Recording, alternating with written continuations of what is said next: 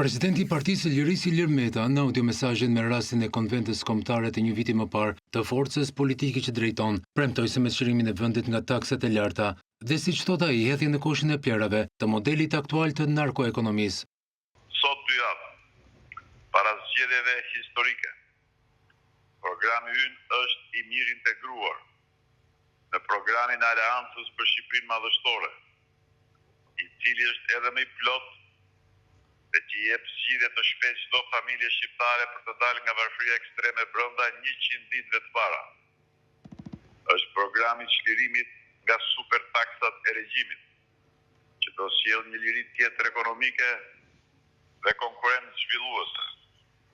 Është programi që mbështet shndërrimin e Shqipërisë në fuqi prodhuese dhe eksportuese, duke hedhur në koshin e plerave modelin çnjerëzor të narkoekonomisë, ku përfitojnë vetëm disa dhe vuajnë shumica. Meta shpreh se me programin e Partisë së Lirisë, pensionet e ulta do të arrijnë gati 500 euro në vitin 2030, ndërkohë që nënvizoi rëndësinë e fuqizimit të ekonomisë. Shqiptarët me mençuri do të votojnë për familjet e tyre.